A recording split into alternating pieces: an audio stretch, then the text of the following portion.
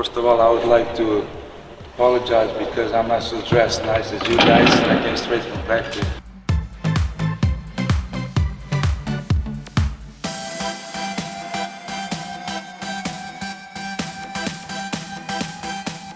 Basketball gave me everything. I can travel around the world, meet new people, and I think so that's the most exciting life that you can have.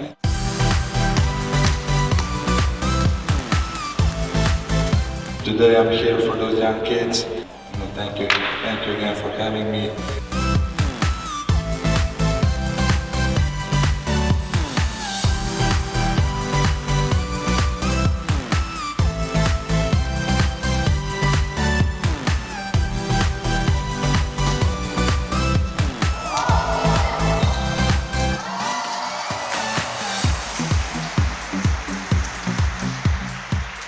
If you have passion and if you work hard every day on the practice, listen to the coach, and if you have desire to be better every day, I think so you can play against anybody. And you know, like you guys see, I'm not big, but I'm fast, and I think so that the desire that I want to improve every year. When I was a kid, I was dreaming someday to play in NBA, and you know, now I'm there.